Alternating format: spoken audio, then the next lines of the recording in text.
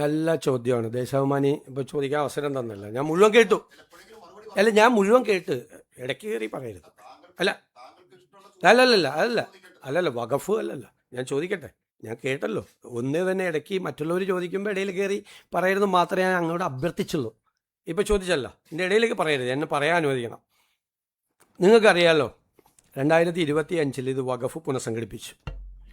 ഇന്ത്യയിൽ വളരെ എതിർപ്പുകൾ, പ്രതിപക്ഷം മുഴുവൻ എതിർത്ത് ഇത് പാസ്സാക്കിയ വഖഫ് ആക്ട്, സെൻട്രൽ ഗവൺമെൻറ് പാർലമെൻറ്റിൽ പാസ്സാക്കിയ വഖഫ് ആക്ട് പാസ്സായതിനു ശേഷം ആദ്യമായി രൂപീകരിച്ച വഖഫ് ബോർഡാണ് കേരളത്തിലേത് ആദ്യത്തെ. അതിൽ രൂപീകരിച്ചപ്പോൾ തന്നെ ആ രൂപീകരണ ഉത്തരവിൽ തന്നെ എഴുതിയിട്ടുണ്ട്, ഇത് ഒരു മുസ്ലിമേതര 2 പ്രതിനിധികളെ, നോൺ മുസ്ലിം പ്രതിനിധികളെ വെക്കണമെന്നുണ്ട്. അപ്പോൾ അതിൽ ഈ ഉത്തരവിൽ തന്നെ ഉണ്ട്, മുസ്ലിമേതര പ്രതിനിധിയെ പൊതുകാര്യ പ്രസക്തരിൽ നിന്നും ബാർ കൗൺസിലിൽ നിന്നും തിരഞ്ഞെടുക്കുമെന്നാണ് സർക്കാർ അറിയിച്ചത്. അവർ 2 പേരെ പിന്നീട് നിയമിക്കും എന്ന് കഴിഞ്ഞ സർക്കാർ അറിയിച്ചു. അവരെ പിന്നീട് നിയമിക്കും. ബാർ കൗൺസിൽ ഇലക്ഷൻ നടക്കുന്നതുകൊണ്ടാണ് അതിനുശേഷം നിയമിക്കും. ആ ഉത്തരവിൽ തന്നെ ഉണ്ട് നോൺ മുസ്ലിം പ്രതിനിധികളെ, കാരണം സെൻട്രൽ ആക്റ്റാണ്. നോൺ മുസ്ലിം പ്രതിനിധികളെ, മുസ്ലിമേതര പ്രതിനിധികളെ പിന്നീട് വയ്ക്കും എന്ന് പറഞ്ഞുകൊണ്ടാണ് ഇത് വെച്ചത്. അതിനുശേഷം 4 ഹർജികൾ കോടതിയിൽ വന്നു. 4 ഹർജികളിലെ പ്രധാനപ്പെട്ട പോയിന്റുകൾ എന്തൊക്കെയായിരുന്നു? ഒന്ന്, ഈ നോൺ മുസ്ലിം ആളുകളെ വെച്ചിട്ടില്ല. ഒന്ന്. രണ്ടാമത്, മുസ്ലിം വിഭാഗങ്ങളിലെ ഷിയ, ബോറ, ആഘാഖാനി, പിന്നോക്ക മുസ്ലിം ഇവരുടെ പ്രതിനിധികളെ വഖഫ് ബോർഡിൽ വെച്ചിട്ടില്ല. പിന്നെ സെക്ഷൻ 14 അനുസരിച്ച് ഓരോ കാറ്റഗറിയും അത് നിർണ്ണയിക്കുന്നത് മാൻഡേറ്ററിയാണ്, നിർബന്ധമാണ്. അത് ചെയ്തിട്ടില്ല. പിന്നെ ഇപ്പോൾ വെച്ചിരിക്കുന്ന ആളുകൾ യോഗ്യരായിട്ടുള്ള അല്ലാത്ത ആളുകൾ വെച്ചിട്ടുണ്ട് എന്ന് പറഞ്ഞു. ഇതാണ് 4 ഹർജികൾ വന്നത്.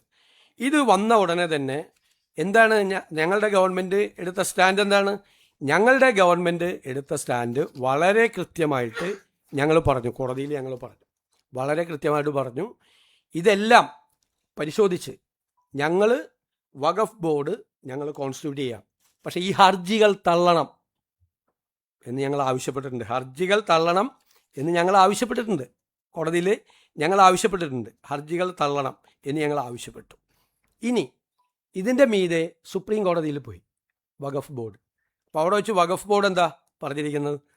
വഖഫ് ബോർഡിൻ്റെ ചെയർമാനടക്കമുള്ള ആളുകളെന്താ പറഞ്ഞിരിക്കുന്നത്? അതായത് അമുസ്ലിം അംഗങ്ങളെ സെക്ഷൻ 14 പ്രകാരം വെച്ചുകൊള്ളാം, ബാർ കൗൺസിലിൽ നിന്നും പൊതുകാര്യ പ്രസക്തരിൽ നിന്നും മുൻ വാഗ്ദാനം അനുസരിച്ച് ചെയ്തു കൊള്ളാം. ഇപ്പോൾ പോയില്ലേ ഇതെല്ലാം? അവർ പോയി പറഞ്ഞാണ്, സുപ്രീം കോടതി പോയി പറഞ്ഞാണ് വെച്ചുകൊള്ളാം. സെക്ഷൻ 14 പാലിച്ച് വഖഫ് മുന്നോട്ട് കൊണ്ടുപോകാൻ അനുമതി വേണം. കേരള സർക്കാർ ഹൈക്കോടതിയിൽ ഹർജി തള്ളണം എന്ന് പറഞ്ഞിട്ടും ഹൈക്കോടതി തള്ളിയില്ല. അപ്പോൾ കേരള സർക്കാർ ഹൈക്കോടതിയിലെടുത്ത സ്റ്റാൻഡ് എന്താ? ഈ ഹർജി തള്ളണം എന്ന സ്റ്റാൻഡാണ്. അതേ കാര്യമാണ് സുപ്രീം കോടതിയിൽ പോയി വഖഫ് ബോർഡ് ആവർത്തിച്ചത്. എന്നിട്ട് പ്രതിപക്ഷ നേതാവ് വർഗീയത പരത്തുന്നതിന് വേണ്ടിയിട്ട് ഒരു മുസ്ലിം ഒരു വിരുദ്ധ വികാരം ഉണ്ടാക്കുന്നതിന്, മുസ്ലിങ്ങളെ UDFനും ഈ സർക്കാരിനും എതിരാക്കുന്നതിന് വേണ്ടി തെറ്റായി നടത്തിയ വർഗീയ പ്രചാരണമാണ് പ്രതിപക്ഷ നേതാവ് നടത്തിയത്. ഈ ഹർജി തള്ളണം എന്നാണ് ഞങ്ങൾ ആവശ്യപ്പെട്ടത്. ഈ ഹർജിക്ക് മുമ്പ് തന്നെ ഇത് നിയമിച്ച സമയത്ത് ഈ 2 അമുസ്ലിം അംഗങ്ങളെ ഞങ്ങൾ നിയമിച്ചു കൊള്ളാം എന്ന് പറഞ്ഞ സർക്കാരാണ് അദ്ദേഹത്തിൻ്റെ സർക്കാർ. It's on record. അദ്ദേഹം പറഞ്ഞിട്ടുണ്ട്, അവരുടെ ഗവൺമെൻറ് പറഞ്ഞിട്ടുണ്ട് 2 പേരെ വെച്ചുകൊള്ളാം.